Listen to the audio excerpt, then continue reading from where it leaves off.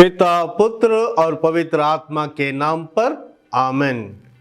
प्रभु यीशु में मेरे प्यारे विश्वासियों, हम सभी लोग जल्दी ही चालीसा काल में प्रवेश करने वाले हैं। आज मैं राख बुधवार के बारे में कुछ बिंदुओं पर प्रकाश डालना चाहूंगा। वो है राख बुधवार क्या है, राख बुधवार क्यों है, राख बुधवार कब है। चालीसा काल पास्का पर्व के पहले के समय को चालीसा काल कहा जाता है।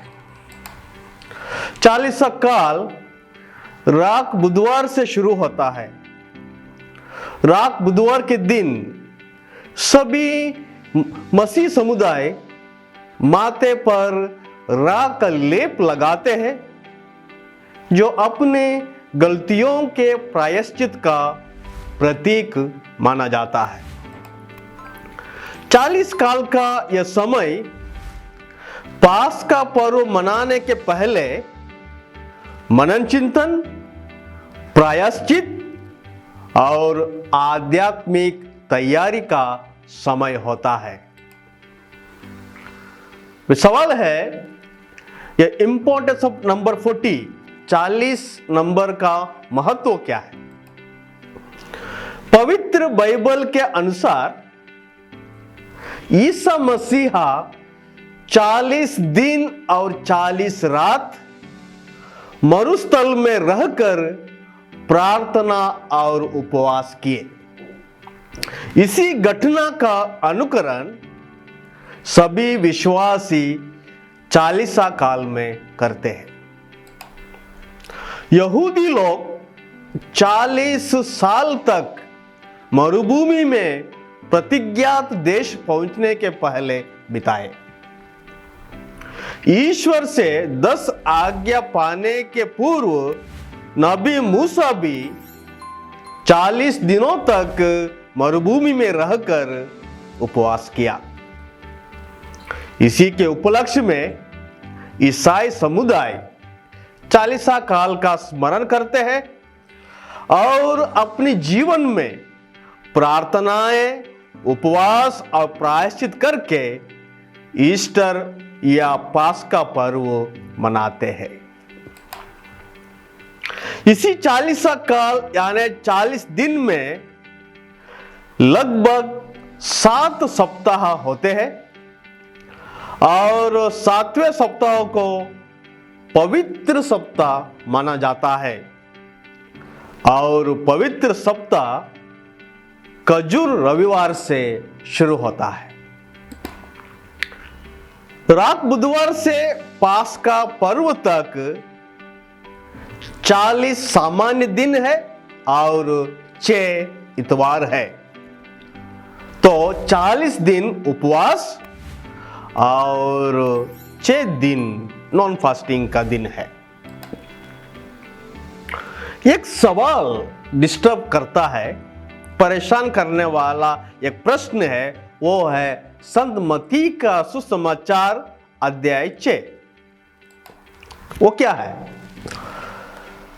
इस अध्याय में वर्ष 1 यही कहता है, सावधान रहो, लोगों का ध्यान आकर्षित करने के लिए अपने धर्म कार्यों का प्रदर्शन ना करो, नहीं तो तुम अपने स्वर्गिक पिता के पुरस्कार से वंचित रह जाओगे। दूसरा वर्ष यही कहता है, जब तुम दान देते हो तो इसका डिंडोरा नहीं पिटवाओ। डोंगी सभागृहों में और गलियों में ऐसा ही किया करते हैं, जिससे लोग उनकी प्रशंसा करें। जब तुम दान देते हो तो तुम्हारा बायां हाथ यह न जानने पाए कि तुम्हारा दायां हाथ क्या कर रहा है। तुम्हारा दान गुप्त रहे और तुम्हारा पिता जो सब कुछ देखता है तुम्हें पुरस्कार देगा। ढोंगियों की तरह प्रार्थना नहीं करो, वे सभागृहों में और चौकों पर खड़ा होकर प्रार्थना करना पसंद करते हैं, जिससे लोग उन्हें देखे। मैं तुम लोगों से यह कहता हूं, वे अपना पुरस्कार पा चुके हैं। डोंगियों की तरह मुंह उदास बनाकर उपवास नहीं करो। जब तुम उपवास करते हो तो अपने सिर में तेल लगाओ और अपना मुंह धो डालो, जिससे लोगों को नहीं, केवल तुम्हारे पिता को जो अदृश्य है यह पता चले कि तुम उपवास कर रहे हो। तुम्हारा पिता जो अदृश्य को भी देखता है तुम्हें पुरस्कार देगा। तो इस संदेश को हम क्या कहेंगे? इसका मकसद यही है, प्रार्थना में हमारा मकसद गलत नहीं होना चाहिए। There should not be wrong motive in our prayer. तो सवाल यह उठता है, तो क्या हम लोग राग डालते हैं? डालना चाहिए। इसके लिए हम लोग देखते हैं राग का महत्व। राग मृत्यु और पश्चाताप का प्रतीक है। आइए हम लोग देखते हैं कुछ बिब्लिकल रूट्स पवित्र बाइबल में राग बुधवार की परिभाषा को, जो मिशोलॉजिकल की अंदाज में मैं बताना चाहूंगा। उत्पत्ति ग्रंथ अध्याय 3 पद संख्या 19। प्रभु का वचन कहता है, तुम मिट्टी हो और मिट्टी में मिल जाओगे। उत्पत्ति ग्रंथ 2 पद संख्या 7 में यही कहता है, प्रभु ने धरती की मिट्टी से मनुष्य को गाड़ा और उसके नथनों में प्राणवायु फूंक दी। इस प्रकार मनुष्य एक सजीव सत्व बन गया। तो मनुष्य मिट्टी से बना हुआ है और मनुष्य का जो शरीर नश्वर है। इसलिए जो मनुष्य अपने आप को हमेशा अमर नहीं सोचना चाहिए। उदाहरण के लिए, एक पेड़ जब जीवित है, जो हरा है, जब सूख जाता है तो पत्ती सूख कर उसको जलाया जाता है और वो राख बन जाता है। तो जब हम लोग राख अपने माथे पर लगाते हैं तो हमें यह याद दिलाता है कि हम सभी लोग एक दिन मरने वाले हैं और हम लोग इस संसार में एक नश्वर जीवी है। आयुब का ग्रंथ अध्याय 42 पद संख्या 6 ये कहता है, आयुब ने प्रभु को यह उत्तर दिया, मैं जानता हूं कि तू सर्वशक्तिमान है और अपनी सब योजनाएं पूरी कर सकता है। मैंने दूसरों से तेरी चर्चा सुनी थी, अब मैंने तुझे अपनी आंखों से देखा है, इसलिए मैं धूल और राख में बैठकर रोते हुए पश्चाताप कर रहा हूं। तो ये सारी चीज मैं यही कहना चाहूंगा कि कुछ ऐसे बिब्लिकल रूट्स है जो ऐश के बारे में, राख के बारे में बताता है। दानियल का ग्रंथ अध्याय 9 पद संख्या 3। तब प्रभु ईश्वर पर ध्यान लगाकर मैंने टाट ओढ़े, टाट का मतलब है सैकक्लॉथ, और शरीर पर भस्म रमाकर उपवास लिया। मैंने अपनी प्रार्थनाएं प्रस्तुत करके इस प्रकार पापों की स्वीकारोक्ति की। मकाबियों का पहला ग्रंथ अध्याय 3 पद संख्या 47 में हम देखते हैं, प्रभु का वचन कहता है, उन्होंने उस दिन वहां उपवास किया, टाट ओढ़ा और सिर पर राख डाली और अपने वस्त्र फाड़े। ये सारी चीज यही कहता है कि अपने आप को आदमी प्रायश्चित करता है, रिपेंट करता है और अपनी मृत्यु के बारे में सोचता है और प्रभु के पास आने के लिए अपने आप को आध्यात्मिक रूप से तैयारी करता है। यरूशलेम के प्रत्येक इजरायली पुरुष, स्त्री और बच्चे सब ने मंदिर के सामने दंडवत किया।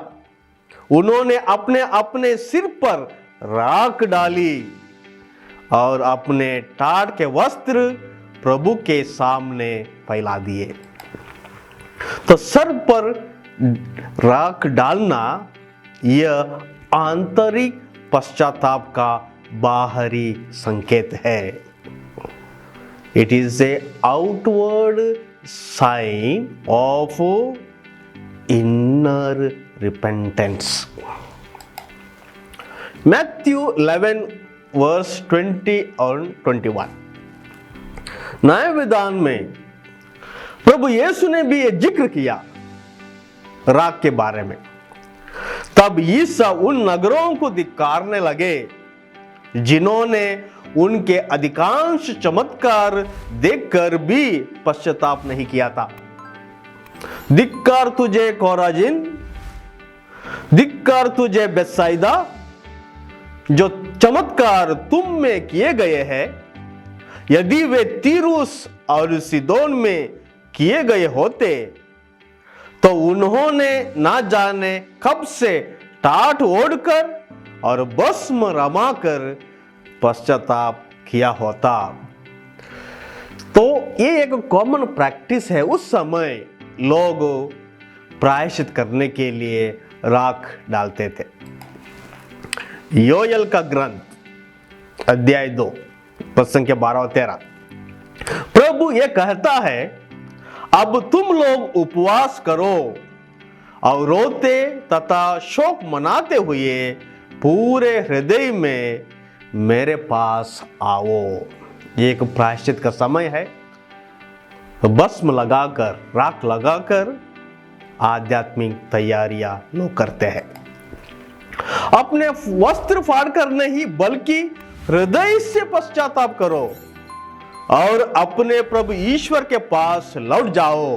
प्रभु का वचन यही कहता है, केवल बाहर एक साइन से, चिन्ह से नहीं, हर एक व्यक्ति को हृदय से पश्चाताप करना है। It should be internal change, internal repentance, क्योंकि वो ईश्वर करुणामय, दयालु और अत्यंत सहनशील और दया सागर है और वो सहज की द्रवित हो जाता है। So there should be a internal repentance with heart. हृदय से पश्चाताप करना है क्योंकि हमारे पिता परमेश्वर दया सागर है, सहनशील है और करुणा सागर है। समूह में राख डालना सामुदायिक पश्चाताप का संकेत है। जो पहले हम लोग जिक्र किया, क्या बाहर हम लोग ने धार्मिक कार्यों को दिखाना है ये, लेकिन यहां पर यही कहा गया है, समूह में राख डालना एक सामुदायिक पश्चाताप का संकेत है, क्योंकि हम सभी लोग एक परिवार की तरह एकत्रित हो जाते हैं और एक साथ हम लोग पश्चाताप का संकेत देते हैं। तो उपवास को क्यों किया जाता है? शरीर को प्रसन्न नहीं बल्कि आत्मा पर ध्यान देने के लिए। उपवास में हम लोग भोजन कम करते हैं, कुछ लोग भोजन नहीं करते हैं, क्योंकि जितने भी भोजन हम लोग करते हैं फिर भी हमें भूख लग जाती है। तो ऐसा चीज हमें लेना चाहिए जो हमेशा के लिए भूख नहीं लगना चाहिए। वो है आत्मा की भूख, पिता परमेश्वर से जुड़ना। उपवास शरीर और आत्मा को जोड़ने के लिए है। कुछ लोग पूछते हैं उपवास क्यों करना चाहिए? उपवास इसलिए करना चाहिए, ये आत्मा परमात्मा का मिलन का एक स्रोत है। उपवास के दिन जो जीविश कष्टम यथा ना भोजन, ना स्नान और ना वैवाहिक संबंध। 40 काल में 3 आध्यात्मिक अभ्यास है, वो है प्रार्थना, उपवास और भिक्षा देना। प्रार्थना में हम लोग ईश्वर के साथ एकजुट होते हैं, we are united with God. उपवास कोई भी भौतिक भोजन हमारी भूख को संतुष्ट नहीं करता, इसलिए हम उन चीजों की खोज करें जो शाश्वत संतुष्ट कर सके।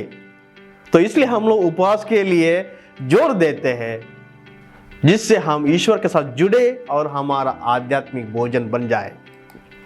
भिक्षा देना, हो सकता है हमारे पास बहुत सारी संपत्ति हो, वो संपत्ति को बांटना और कृपा अनुग्रह को पाना ही हमारा एक मकसद है। कुछ ऐसे लोग अपने आप में समझते हैं, सोचते हैं मैंने मेहनत से धन कमाया तो हमें दान क्यों करना चाहिए। हमें दान इसलिए करना चाहिए क्योंकि ईश्वर ने हमें आशीर्वाद दिया, ना केवल हमारे लिए, दूसरों लोगों के लिए भी बांटने के लिए।